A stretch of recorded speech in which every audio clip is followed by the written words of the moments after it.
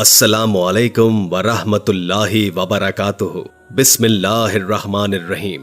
پیارے دوستو، ہم آج کی ویڈیو میں آپ کو بتائیں گے کہ مرتے وقت انسان کون سے دو لوگوں کو بہت یاد رکھتا ہے، اس لیے ویڈیو کو آخر تک لازماً دیکھیے گا۔ ناظرین محترم، موت ایک ایسی تلخ حقیقت ہے جس کو دنیا کے ساتھ محبت کرنے والا کبھی بھی قبول نہیں کرنا چاہتا، لیکن جب اللہ تعالیٰ نے قرآن پاک میں ارشاد فرما دیا ہے کلو نفس ذائقۃ الموت، کہ ہر جاندار کو موت کا ذائقہ چکھنا ہے، تو ہر شخص کو یہاں ایک نہ ایک دن چلے جانا ہے۔ ناظرین محترم، آج کی اس ویڈیو میں ہم آپ سے بیان کریں گے کہ نزا کی حالت میں جب انسان پر موت کا وقت آتا ہے تو نزا کی حالت میں موت کی شدت کی وجہ سے وہ سب کچھ بھول جاتا ہے، لیکن ایسے کون سے دو لوگ ہوتے ہیں جو کہ اس وقت بھی بہت زیادہ شدت سے یاد رہتے ہیں اور وہ ان کو بھلا نہیں پاتا، ان سے ملنے کے لیے بے چین ہو جاتا ہے۔ ناظرین اکرام، رسول اکرم صلی اللہ علیہ وآلہ وسلم نے ارشاد فرمایا کہ مسلمان کو جب موت آتی ہے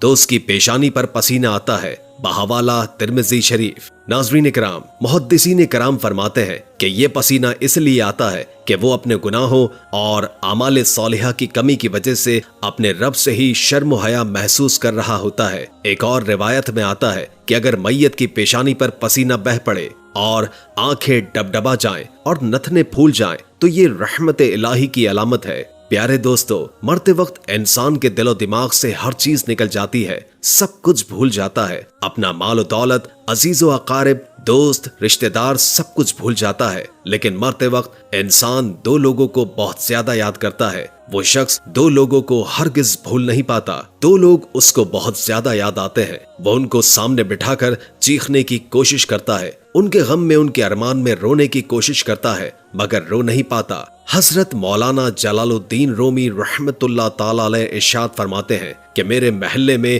ایک شخص زندگی اور موت کی جنگ لڑ رہا تھا، مرنے والا موت کے بالکل قریب تھا۔ لوگ میرے پاس آئے کہ حضرت، ہمارا ایک شخص مرنے والا ہے، آپ انہیں آ کر کلمہ پڑھنے کی تلقین کریں، قرآن پڑھنے کی تلقین کریں۔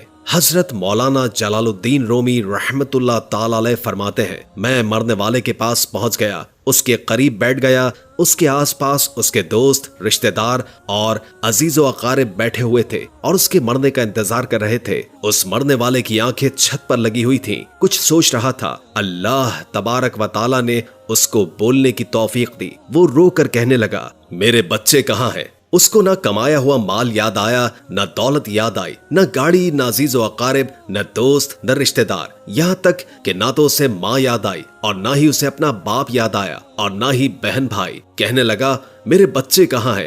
بچے دوڑ کر آئے، جی ابا حضور، اور اس کے پاس بیٹھ گئے۔ پھر کہا کہ میری بیوی کہاں ہے؟ بیوی دوڑ کر آئی اور وہ بھی اس شخص کے پاس بیٹھ گئی۔ وہ مرنے والا کہتا ہے، تمہیں دیکھ کر میرا دل رو رہا ہے، میری آنکھیں رو رہی ہیں، سوچ رہا ہوں کہ میرے مرنے کے بعد میرے بچوں کا کیا بنے گا۔ ناظرین محترم، انسان جب مرتے وقت بچوں کو آخری بار دیکھتا ہے تو یہ بھول جاتا ہے کہ میرے مرنے کے بعد میرا کیا بنے گا، بلکہ وہ یہ سوچتا ہے کہ میرے مرنے کے بعد میری اولاد کا کیا بنے گا، میرے مرنے کے بعد پتہ نہیں میرے ان پیاسے بچوں کو کوئی پانی پلائے گا بھی یا نہیں، میرے بھوکے بچوں کو کوئی کھانا بھی کھلائے گا یا نہیں، میرے عزیز و اقارب میں سے دوستوں میں، بھائیوں میں کوئی ان کا خیال رکھے گا یا نہیں، میری طرح کوئی ان یتیم بچوں کی فکر کرے گا یا نہیں۔ اس کی آنکھیں رو رہی ہوتی ہیں اور اس کی آنکھوں سے آنسو جاری ہوتے ہیں۔ بیوی کو نصیحت کرنے لگتا ہے، میں تو دنیا چھوڑ کر جا رہا ہوں، مجھ پر ایک احسان کرنا، خدا را میرے ان بچوں کو قرآن مجید کی تعلیم ضرور دینا۔